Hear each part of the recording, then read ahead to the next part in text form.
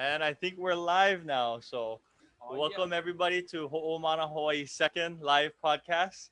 Um, we're trying to make this a weekly thing, and so we had our first podcast last week, Yep. and try to commit to go every week. So here we Mhm. are, our second podcast. We're excited. This is our first podcast where we actually have a guest to come and talk to us, and looks like we even have some audience members. So Yep. that's exciting. So without further ado, I'm gonna let Kella introduce our speaker, and we're just gonna dive right into it. Yep. So again, like Billy said, ladies and gentlemen, thank you so much. I'm gonna try to do my best to speak into the mic so everybody can hear me loud and clear. Um, but yeah, ladies and gentlemen, I'm super excited to introduce this beautiful woman, this beautiful soul right here, Miss Miss Claire Niibu Akao. All right, Biz Coach Claire. Just a little bit about her. She actually has done 25 years plus in business management. Okay, and if you guys understand that during the 2008 recession, she's actually generated over six figures in income while raising four kids. Okay, now That's that's the biggest. That's the biggest accomplishment, probably. yeah. To be honest, that's pretty crazy. Especially during those times and four kids. And now being a single mother and a grandmother as well. You know, um, That's a whole nother challenge. Yeah, dude, you gotta do dude. it all over again. Bruh.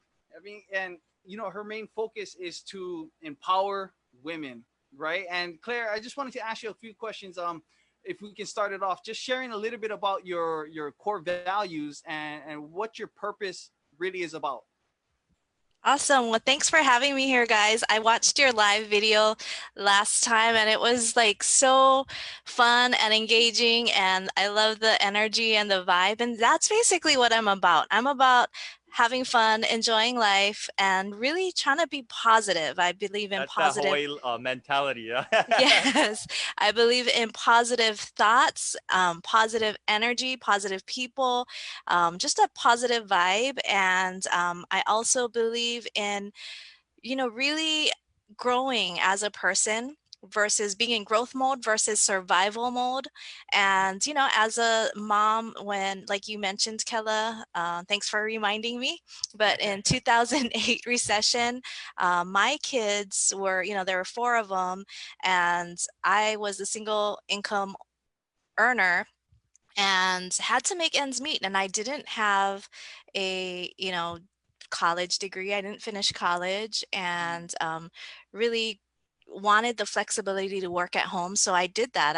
I worked from home, ended up doing accounting and consulting work, and used the skills that I had and learned as I went along. And so I believe in that. I believe in meeting people, finding your network, finding your team, finding people who are going to help you along the way. And one of the guests here is Coach Sam. She's been my coach, my life mentor too. And so finding people like that will help you along the way is so important. That's what I believe in. I also believe in prospering. I believe that we can prosper in health, wealth, and happiness, and that we basically create the life that we love, and ask me that 2 years ago and my answer would have been different. I was struggling physically. I had I couldn't lift my arm up all the way. I had, my shoulder was locked. I couldn't function fully as a, as an adult, and it kind of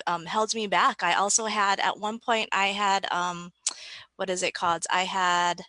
Uh, I had a really bad illness and it kept me home for a long time. I mean, I just was struggling health-wise. So basically just the basics was a challenge for me. So asked me that 2 years ago when I was going through my separation, and life did not look like it was, that I could create a life that I would love. So it's been a journey for sure, and it's been different. But that's where I'm at. Wow. Yeah, thanks for sharing, and thanks for coming on and actually I guess exposing yourself to whoever is watching, yeah, and Hmm. opening up. And Yep. we're trying to keep it real and whatnot, and we appreciate that. And so Mm. you kind of hit some of the points that we wanted to talk about today. You mentioned, there was a point 2 years ago where things weren't, it wasn't the brightest of days, and you had shoulder problems, you had health problems, but you had to I guess keep your mindset strong to keep growing and prospering. Can you talk a little bit about that, and what kind of mindset you had, and when it's the shittiest of days, to wake up and push yourself and motivate yourself to get out of bed and actually go and do things. Talk about that mindset. And you talked about, or Kayla also alluded to it. You like to try to mentor young people, women, and whatnot. And so, what kind of mindsets do you see? Some of these people who need help and growth. What kind of mindsets do you see that they have, and obstacles that they have to overcome? Wow, that's a good question, and I gotta tell people that they're not alone when they're feeling defeated and they're feeling like there is no way out of it. Because I honestly, some days I was hoping I wouldn't wake up in the morning and I wouldn't, have to live another day, because that's how miserable I felt. And so I understand when people feel like that. I work with people that sometimes go through that and feel like that. And so I can put myself in their shoes. I was there not too long ago. And what helped me was not only realizing that I had kids, but also realizing that I, because I still had breath in me, there was still something else for me to do in my life. There was still purpose for me. There was still something I needed to accomplish, and I just needed to grow and push through that. And, we all come across challenges and we all face difficult times. And, some of our some of our struggles are hard to imagine, that people that I tell and open up to and share about the drama or stuff that I've had to face, they wouldn't even believe. But we go through that to make us stronger, actually, and make us more empathetic towards others that go through the struggle. And so I can say, hey, I've been there. Seriously, I've seen some dark days, and it's going to be okay. You just got to keep on, pushing through. So like I said, about what I believe in is about positive people, positive thoughts. I had I had people that believed in me, that wanted better for me, that wanted a better life for me, and kept encouraging me that it would be okay, day by day, take it baby steps. I also started to feed my mind with positive books, positive affirmations, positive, feed my mind with thoughts like what you guys are doing right now, putting out positive vibes, positive people out there. Just plugging into that, just hearing about other people's struggles, that they've made it through, and that I could make it through as well. Oh, that's powerful. Yeah, that is powerful. One thing that's hard nowadays, you talked about surrounding yourself with positive people, people who want to help bring you up and help grow, Right. and grow and love with you, right? I think a lot of people, it's hard to find who is there for you nowadays, especially now that we're all on social media, and Yep. most of your life is on these platforms that out there, and you don't really know who's there until you hit rock bottom, right? It's like, who's going to be there for you um, Exactly. when you're at your worst day, Good, so good that, point. yeah. So Yes, good point. I've had to experience that. I'm glad you brought that up. So, a couple things, like you said, you don't know who's really there for you and who's got your back like 100%, until stuff hits the fan. And so that's a real defining moment of who's your real friends, who's there for you, who really wants the best for you. The other thing is that along the journey, I've had to like rid myself of toxic people, and that's hard because like I want to be friends with everybody. I want to help everybody, but then there's some people in your life that become actually more draining and more negative. yeah, And so I've had to, honestly, in the last several months, had to um, cut those ties with some people, because it's too draining, not only with my energy but my resources, constantly like giving to them. And it's a true friend, it's a give and take relationship. It's not just taking from you. So it was hard for me, but that's something I've had to do, and I encourage people to really evaluate who's their true friends. And when you dig down deep, you're gonna figure it out. Mhm. So that's kind of a hard thing to do, yeah, because a lot of people, especially nowadays, a lot of young people too, they're not they don't want to confront issues. They rather sweep things under the rug and whatnot. And it's it's not easy to confront people or cut people out because I guess it's just difficult. It's something. Especially here in the islands, Yeah. because kind of everybody word travels fast, right? And Yeah. I see what you mean. Yeah. So let me ask you this: how did you kind of I guess what would Trump say? Clean the swamp, right? So for me, I totally get it. I understand, I've got kids that are your guys' age and my teenage daughter who's very sensitive to that. And basically what it comes down to is like, really putting yourself first. Like who do you want to be surrounded by in your life? Really, like who are the five most bestest friends you want in your life? Those people should be uplifting you. They should be helping you become the better version of yourself. Those are the kind of people I want to surround myself with, and time is precious, is valuable.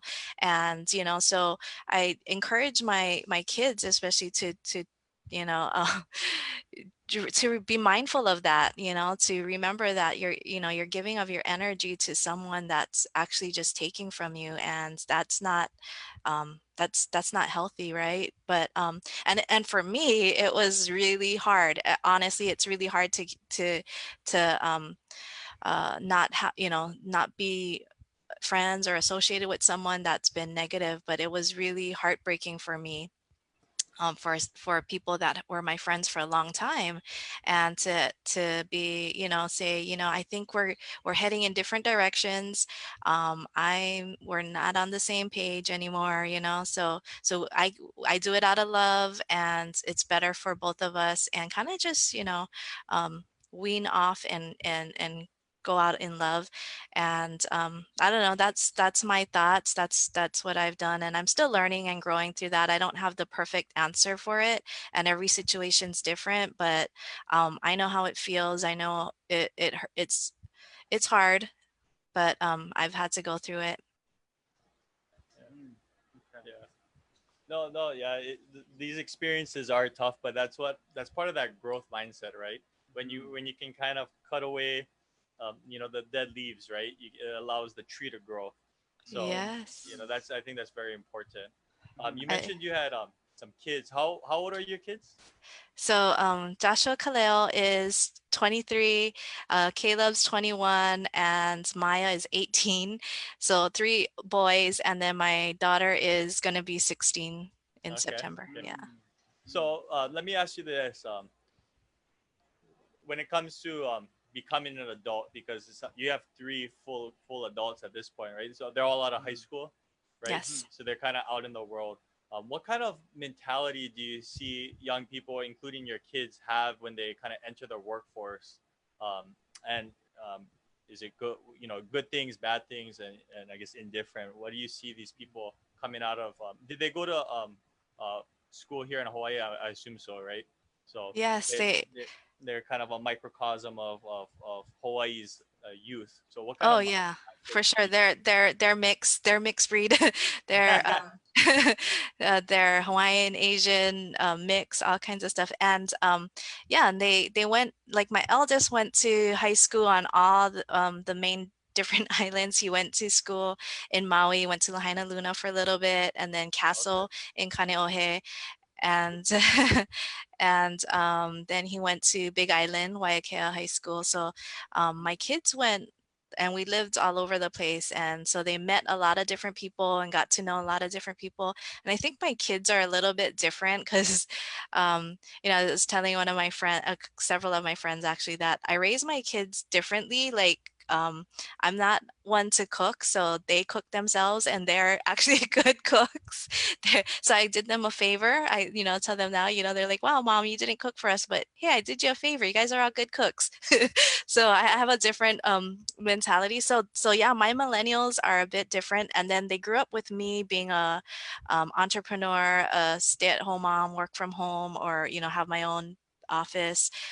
So they're accustomed to really seeing the entrepreneurial lifestyle. Whereas I grew up and my parents both worked for the state, both wanted to have that state retirement, state health benefits, and thought I was crazy going into business, and kind of frowned upon me.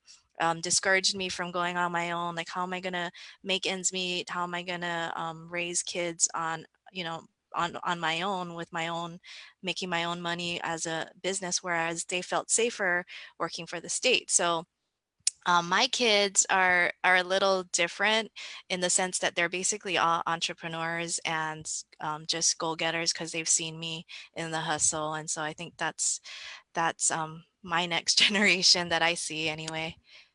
So you talked about kind of the values that you instilled to them, kind of push them or put them on a track to think in more of a entrepreneurial, big picture kind of a mentality.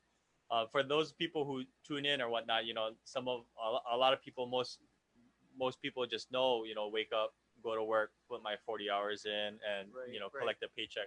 And like you mentioned it's difficult to make that jump, to take that risk, to actually go off on your own and try to do something and create something, and build a business. So you had to do it. You went through it because your parents, I mean, you talked about it, they basically told you that, hey, you shouldn't do this, right? So what would you tell people or teach people, mindset wise? How do you make that switch from, I'm comfortable, I know if I clock in my 40, I'll be able to pay my, my bills or whatnot, or I'll have money to spend, to take this risk. You're gonna have to put your own money, your own sweat, your own equity out there, but and which is a scary thing, right? Because you're risking it. It's a gamble. But how do you make people, or how do you help people change or flip that switch to, okay, this is something I want to do. I should put my blood, sweat, and tears in it, and actually go out and try. That's a good question. I love that.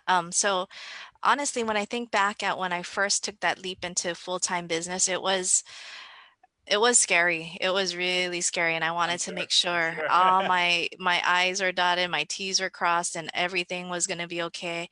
And so there's only so much that you can do, to make sure, okay, my business is set up, I'm all good, and I've got clients lined up, and I can't do work full time and business full time. So I need to take that leap. And finally, I just said, I got to do it, and you got to take that leap.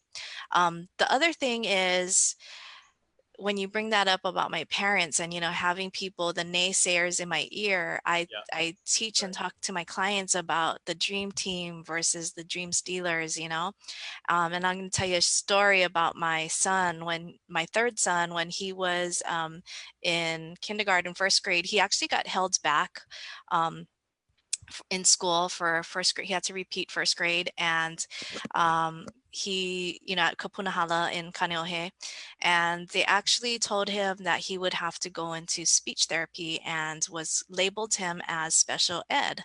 And at that time, he heard about Barack Obama, a candidate running for president from Hawaii, and he said, I want to go to that school that Barack Obama went, and that's Punahou, as you know. And I was like, hey, first of all, not everyone can get into the school. Second of all, no one in our family goes to private school. In fact, our mindset growing up was, you don't need private school. Actually, rich people are bad people. Like, there's a whole, I can go down that whole other world that I realize about my parents, and they were basically the haters of private school because, public school is good enough. So I didn't tell my parents that my son wanted to go, my son who's labeled special ed, who had to get held back. I didn't tell them that he had this dream, because had I told my parents or my family or anyone else that he wanted to go to Punahou, everyone would discourage him and they would kill his dream. I knew that he was too fragile. They would just kill it, tell him not to go. Your parents can't afford it. They would say all these things and my son would believe them. And so I kept that a secret for over a year. And I told my son, If you want to go to Punahou, I will bring you to apply. I will look into it, but you need to do your part. You need to work hard every single day. You need to study because you need to pass a test. And so he read books. He devoured books like in first grade, thick books like this. And before you know it, he was the top reader in his school. He was out of, unlabeled special ed because he was scoring at the highest possible levels in those annual tests, and he just blew them out of the water within the next year or so. And by the time he took the test, not only was he accepted into Punahou, he was also accepted into Kamehameha schools. And by then I was making sufficient enough money to get him into and pay and afford for that tuition. So that was real critical for me to protect him from potential dream stealers and to surround him with people who would believe in his dream team. And we just encouraged him to do his best. So that's one thing I encourage people to do, is to surround yourself with people who are going to believe in your dream, who believe you can do it, who aren't the naysayers. And I mean, it is good to be cautious, but we can't kill our dreams before we even try, you know? Hmm. Hmm.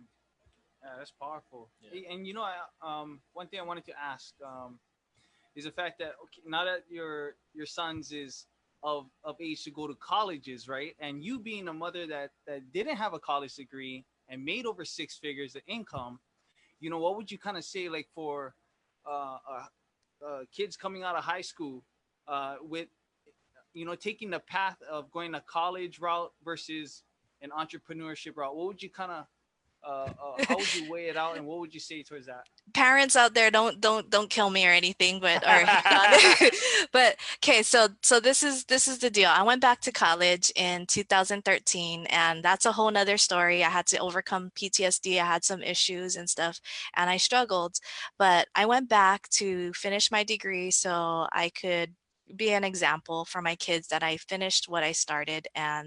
Um and that, like I said, that's a whole nother story. But when I was there, so I'm a non-traditional student sitting in the classes, seeing my peers that were, just a little older than my kids, and they were hating it. They're hating going to school. They're hating their studies. They're hating what they're doing.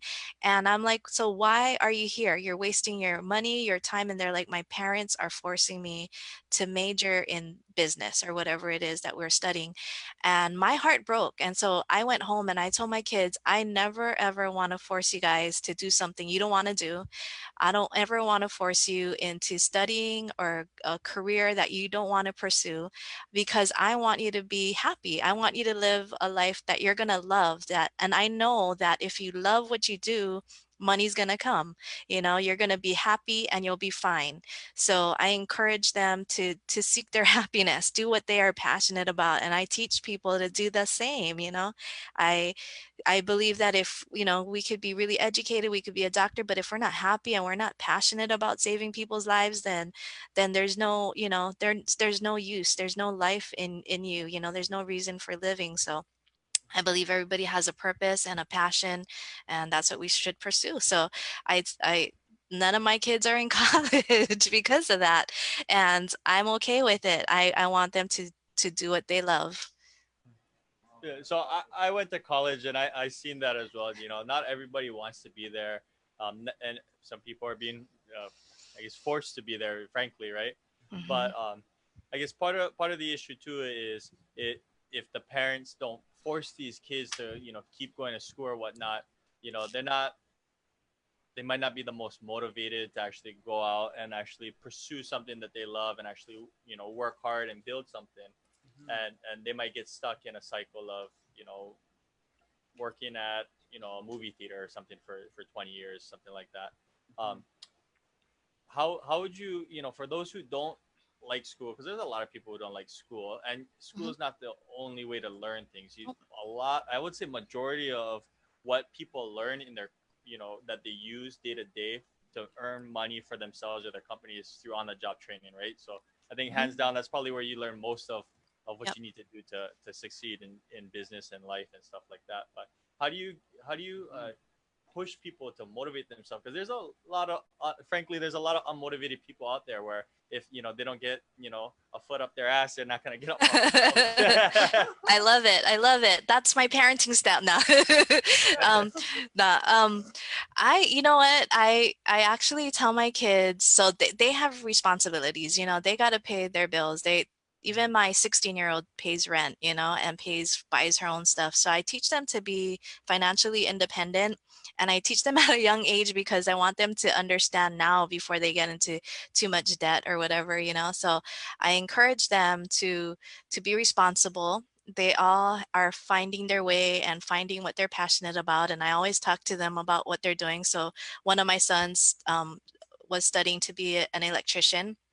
He enjoyed it, learned a lot, but is like, really, mom, after a year or so of doing it, I feel like maybe that isn't my passion, maybe cooking and opening my own restaurant is. And I'm like, hey, go for it. If that's what you want, I want you to be happy. So, I mean, he made good money doing that, but if he's not going to be happy, then he should pursue something else. Same with my other kids. So I highly encourage them to really do what they want, yet at the same time being responsible and paying their bills and all that stuff. So I like that you force your kids to be responsible at an early age, because that's when it's like you can't teach a old dog new tricks, right? So if you instill it to them young, then they kind of carry that throughout life. What kind have of you guys? Oh, or real quick, what kind of safety nets do you think people need or need to build, or personally, mentally, maybe financially, when they want to take this kind of step? And then how can they learn to build these safety nets? wow, that's a really good question. So I was just about to tell you about I don't know if you've heard of Dave Ramsey's program. Dave Ramsey, I have not. One of the Tell us about it. first, okay, so he teaches people how to get financial freedom and get out of debt and all that stuff. Okay. So when my kids were little, um, my two older ones really remember, but they had an allowance, and it wasn't an allowance per se. They had to earn it. They had to do chores at the house. I mean, these guys, my my kids learned how to cook, clean, make rice, all that stuff, from a young age. And so they had to earn their money, and they would get like little, like $1 here, $1 a day, or $2 or whatever it was. They ended up having to buy their own shampoo and conditioner and body wash, because otherwise they'd like squeeze the thing and the whole bottle would be gone in a week. And I'd be like, you guys don't understand the value of money. I don't know if you heard that from your parents, Yeah. but I figure we better teach them while they're young. So they ended up having to buy their own. And you wouldn't believe, after that, once they started buying their own stuff, like their own clothes, they would not take that for granted. They did not take their socks for granted after that, because it was money out of their pocket that they earned.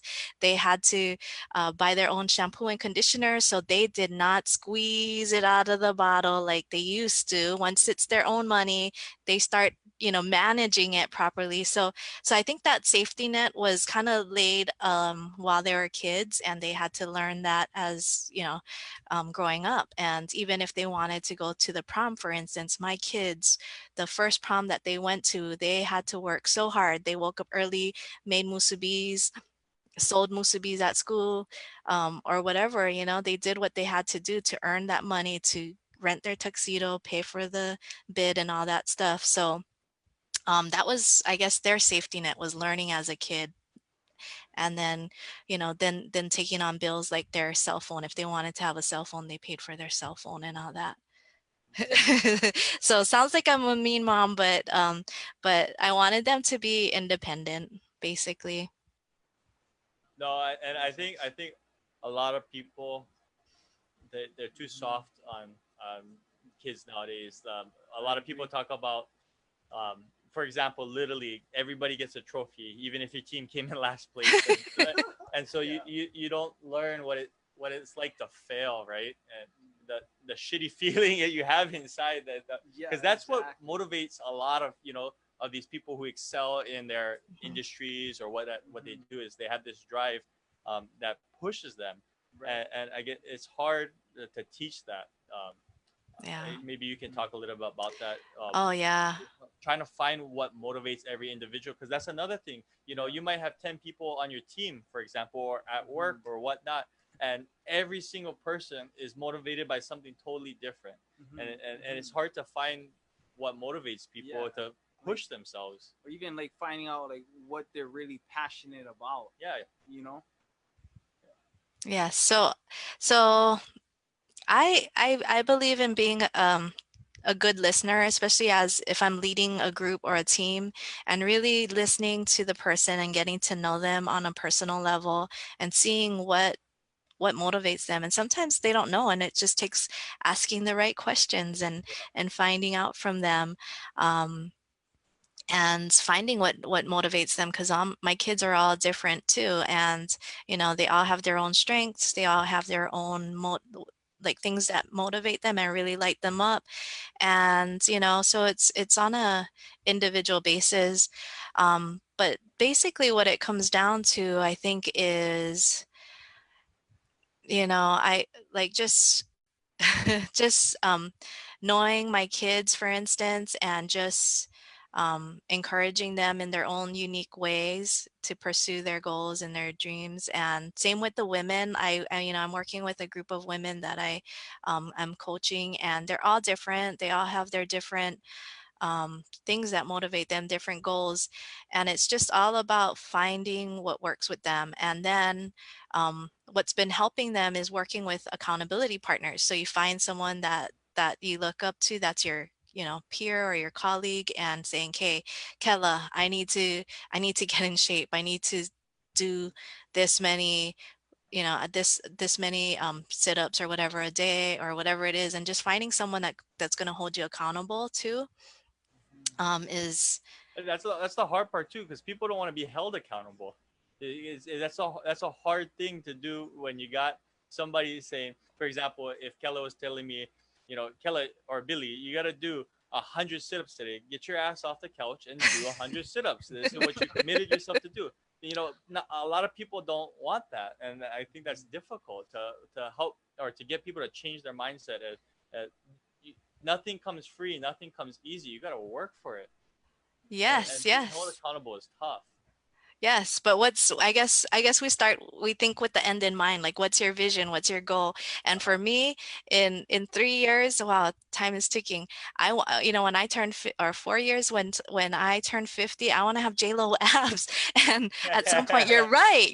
I got to work at it, and I haven't. I say that, but I got to think with the end in mind, and that's what I want. So I got to go and get it.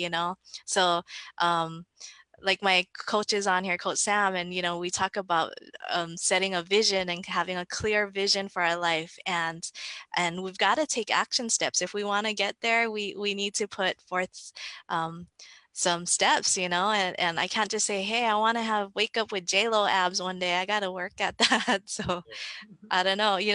So yeah, you're right. Some people may get motivated by one thing. Some people, like for one of my women, she gets motivated by the fact that she wants to be alive in 5 years. She doesn't want to, so negative motivation actually motivated her to get herself out there, get walking, do baby steps. So Yeah. so first, everybody's going to be different. And but I think we got to think, what do we really want?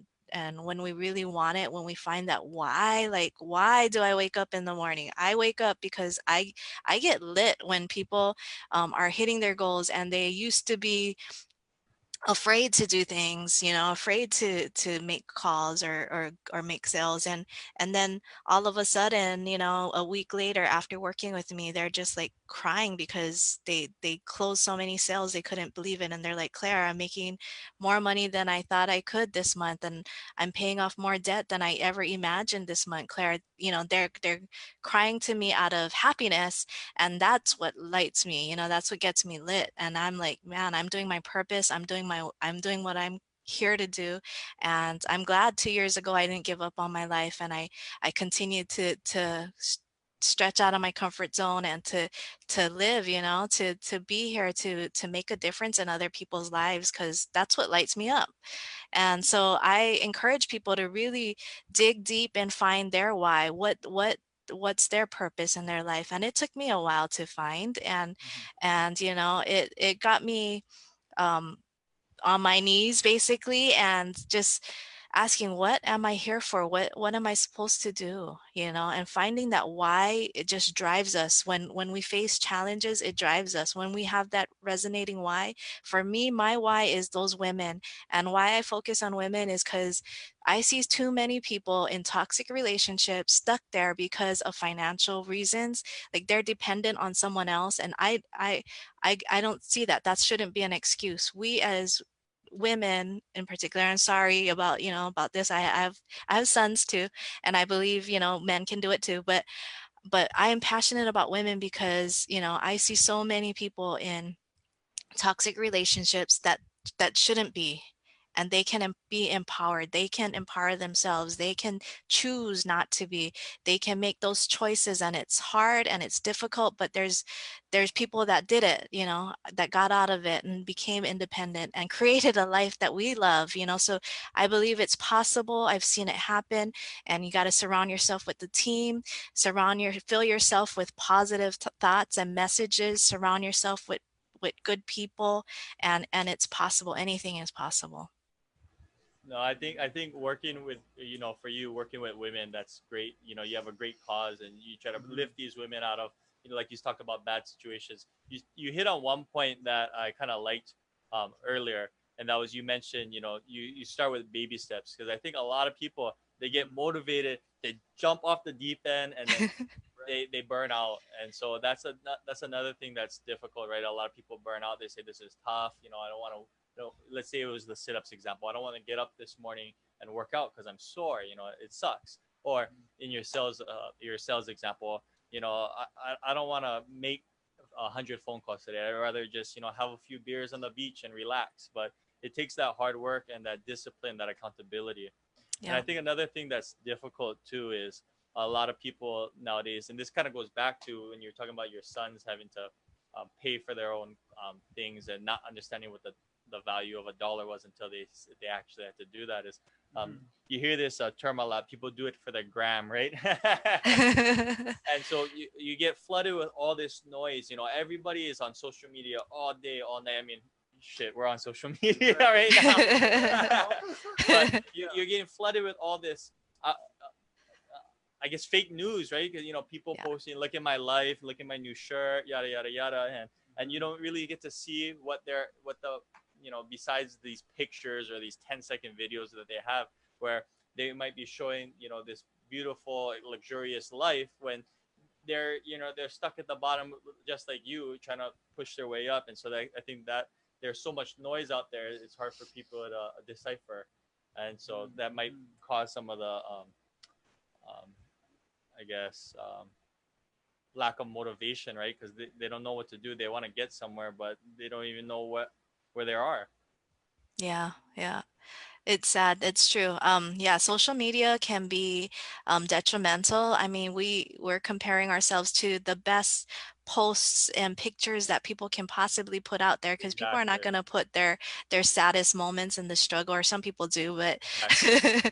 but but you know, like, so I try to monitor and not spend so much time on there, and I try to be very mindful of comparing myself to others, and that's why I'm just like out there living my own life and being me, doing me, like, you know, I just want to enjoy my life and be the best me I can be, because there's no way I can be as gorgeous as the other ladies on Instagram or whatever it is, you know, and I can just be me. I can be the best version of me that I can be.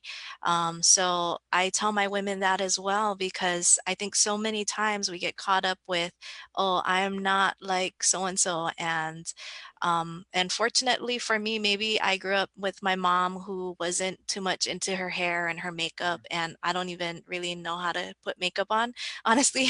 But I grew up like that. I grew up down Nanakuli side. It's called Honakaihale, just real country, simple beach life, west side living, you know. And so, and that's a whole nother story. But you know, growing up like that, it's like I was not into makeup, and now there's all these makeup tutorials and all that stuff. Right, and filters and all that stuff. So I really encourage, especially young people, we live in a day and age where beauty is only, is put on these posts, and there it's valued, but beyond that, and this is what my mom always told me, is that more valuable and than that is what you are on the inside. And she's always sold that into me from a young kid. And so I kind of, honestly, like, I was the kid, when you look at my little kid pictures, I was the girl, and probably still am, the girl with the messy hair, because messy hair don't care, and just wanted to be a good person on the inside out. Let that be the beauty, is from the inside out. And I encourage people to get on that movement too, and believe that, and know that our beauty comes from within. So I know that's a big thing for girls, what do they look like on the outside? But I really value what's on the inside much more. Yeah, I think you're right. Like for example, like Instagram, I think that it's harder on women because uh, you know most of these highlight posts or whatnot are basically just women in bikinis or whatnot showing off their body and stuff like that, and that's all they post, and so they're getting flooded with, oh, look at all these likes that these girls have or these people have. And I think it's a lot tougher on women than it is for guys because of that. And so it's good to hear you trying to help these women become better, the best that they can be for themselves. And I think Yes. that's what people need to realize, is you cannot compare yourself to J Lo or anybody else, because that you're not that person, and every person is different. And, Right. and you're gonna be better at some things, you're gonna be shittier at some things, but you just gotta Right. realize you can only be you, and don't be fake. A lot of people Right. try to flaunt on Instagram, or they might act a certain way to people, just fake people. Nobody needs to be fake. They just need to be themselves. Yep. Yeah. I love it. That's why I love you guys. You guys are real. You keep it real. I love it. Yeah. Thank you. Yeah. Thank you. So go ahead. Yes, because we're running a little bit tight on Yeah. the time. So we have to kind of close it up. But before we go, if you could give one piece of advice to everybody listening, what would that be? Mhm. Wow, I think what we were just talking about, just keep it real, just be you. I think when we are genuinely ourselves, like when I became transparent and just was who I am, and just went out there and just put my message out there, I was a magnet to the right people, and if we are genuine to who we are, we're going to be a magnet to the right people, and we're going to draw the right positive people in our lives. And same with Kella, you guys are putting that shining that positive light out, and you're gonna bring the right people and surround yourselves with the right people. So I'm thrilled for you guys. That's so powerful. Yeah. Thank you. Thank, Thank you. thank you so much, Claire, for being our first official guest on the Ho'omana Hawaii podcast. And Right. you did a fantabulous job. Right. We really Thank you. appreciate it. And so Thanks. we definitely, maybe we should try to see if you can come back on one of these days, and we can get into some more of these other stories or whatnot. Okay, sounds good. So, So, I mean, other than that, should I close it out then? yeah, go for it. Go for it. So, yeah, ladies and gentlemen, whoever watches this video, please, put a like, put a comment, share it with your friends, share it with your family. Help us get the word out to help educate people, because the whole goal is to empower them and enrich their life, and help them become, like how Coach Claire said, to become the best version of themselves in whatever they do, and to pursue their passion and figure out their purpose. And other than that, ladies and gentlemen, Have a good night. have a great rest of this night. Okay. Good night. Thanks, Yes. everybody. Thank you, Samantha. Take it Bye. easy. Good Aloha. night, guys. Aloha.